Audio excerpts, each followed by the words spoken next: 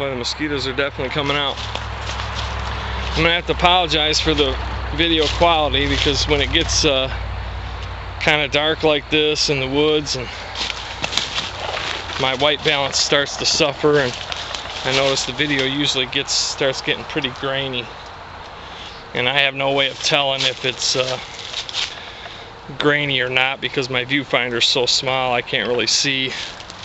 Can't even really see to tell if it's in focus. I just have to kind of guess and hope that it is. But now that I found that one hen, I'm probably going to be out here all night because I'm going to want to keep looking. I pretty much decided I wasn't going to find anything and I was all set to go home. Now I found that one, so I'm going to have to keep looking in hopes of finding some more. That's good though, because I'm supposed to take somebody out hunting mushrooms tomorrow. Hopefully we'll be able to find something. I was kind of using this as a scouting for that hunt tomorrow, because I wanted to see if there was anything out and about. Seems like there's a few, so hopefully we'll find some when we go. That's one thing about hunting mushrooms and wild edibles, you know, there's no guarantees. All you can do is really, you know, go out and look for them, and if they're there, they're there. If they're not, they're not.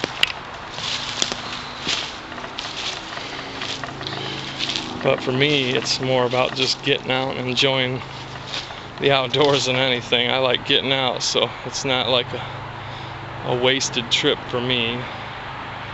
You know, a lot of people ask me, you know, like, how long does it take you to find these? And it's almost like they're trying to determine if it's worth going out and hunting these. And all I can say is if you're looking at it as a time spent versus a resources recovered, you might as well not even bother going in the woods, because that's not what it's about. It's about getting out and having fun. And if you happen to find something along the way, then that's great. But if you're simply looking at it as a time investment and a payoff, then you've kind of already lost the game, in my opinion. Because you're not going to get the payoff you're looking for, I guess. That's all I can really say.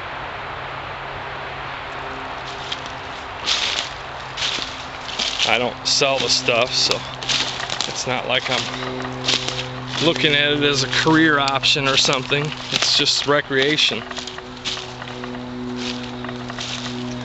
And in doing that recreation, the bonus is, hey, every once in a while you find something good to eat,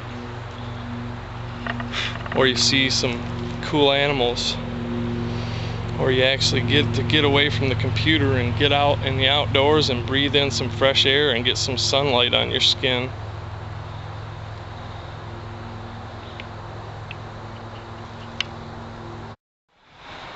Man, I just saw some monster deer hoof prints right over there coming out of this swamp. And look here. Probably shouldn't touch that in case somebody's hunting this, but I doubt they are. That's a fresh rub. There's even the scraped off bark laying on the ground still, and it hasn't changed color or nothing.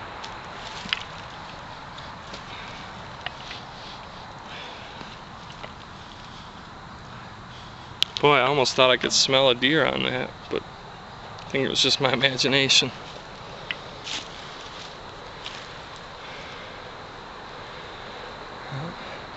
Now I definitely smell something. He must have marked here or something. He must not have been here very long ago.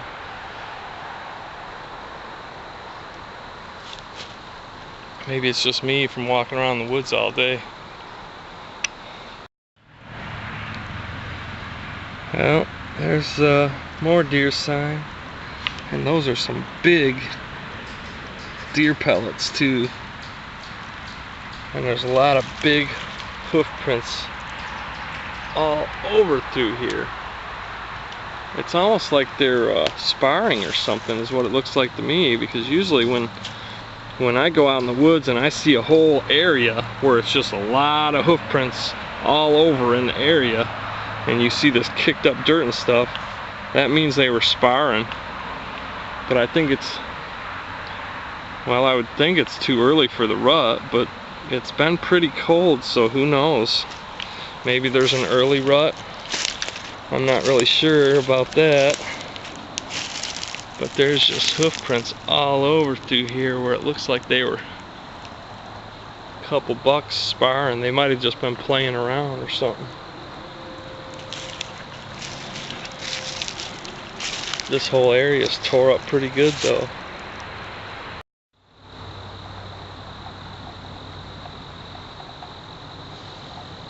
I normally don't hunt this area because it usually gets way too much pressure.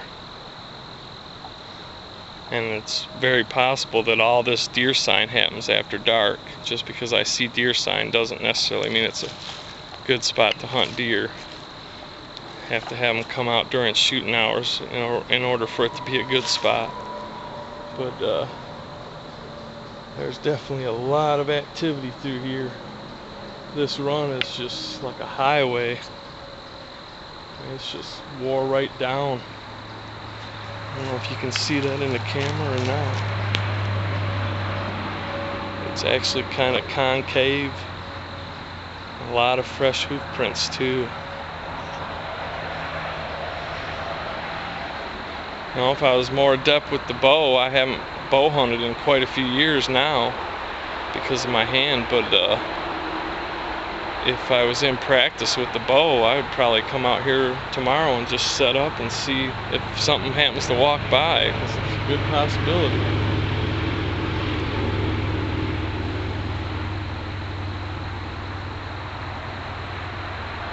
I'm not really used to hunting woods like this. Most of the areas I hunt, it's more like a thicket, a thick area.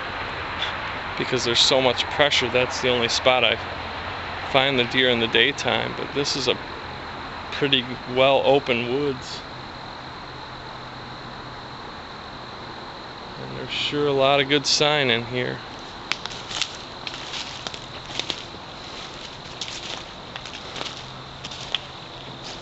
That's the first fresh rub I've seen this season. I haven't really been out much though, so that's not saying a lot. There's another really fresh scrape. This one he actually busted off a little branch. That might be a small deer though, although, let's see. Yeah, usually if it's a good sized deer, it'll be on a bigger, something larger diameter, but even so, you would typically see the other little scrapes on the side from their when a deer gets big, he gets these little nubby spines at the base of his antlers. And usually you can see that, and I'm not seeing that on this one. So it's probably just a little fork horn or something. Here's another one of those artist conchs, and as you can see, they get quite big. I mean, that'd make a huge signpost right there. People will take these and they'll actually make artwork on the bottom and sell them. If you look online for artist conch, you'll see some examples of artwork. That are done on this mushroom. It's very hard, almost like wood.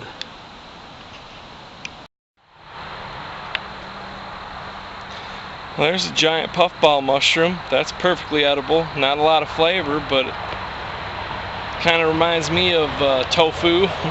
It takes on the flavor of whatever you're cooking, so it's a good way to extend a meal, or good for putting in stir fries and stuff. I'll take one home every once in a while and cube it up and throw it in with some steak and morels or something, and it tastes great like that because it absorbs the flavor of the steak and morels.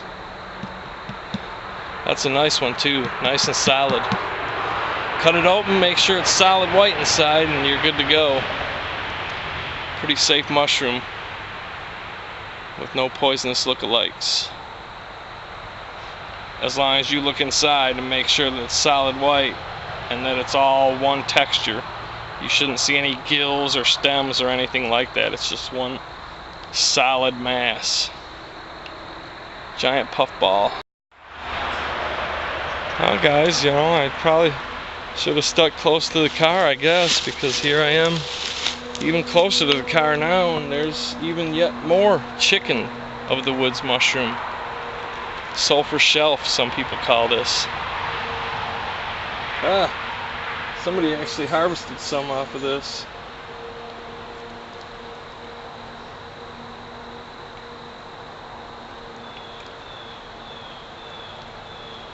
You know what? Maybe I'm the one that did that. Maybe this is the one I found when I first came out.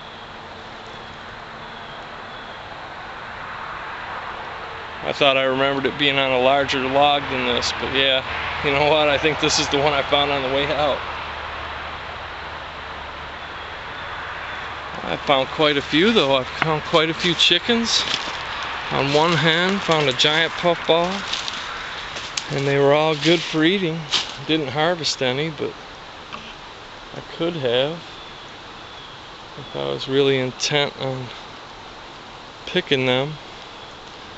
I should have harvested that hen really, but I don't know.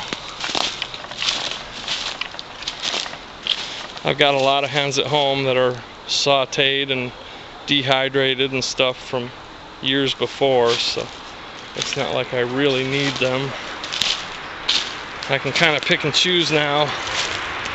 I've hunted mushrooms and stuff enough that, you know, I don't have to grab every single one I find. I can just look and be choosy and pick the very best of the best. But that hen back there was actually a really good one. I probably should have picked it, but it's alright.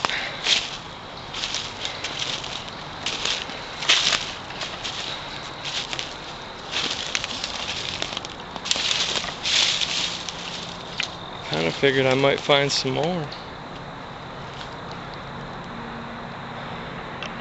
If we could get just a little bit of rain, this would turn out to be a really good fall season.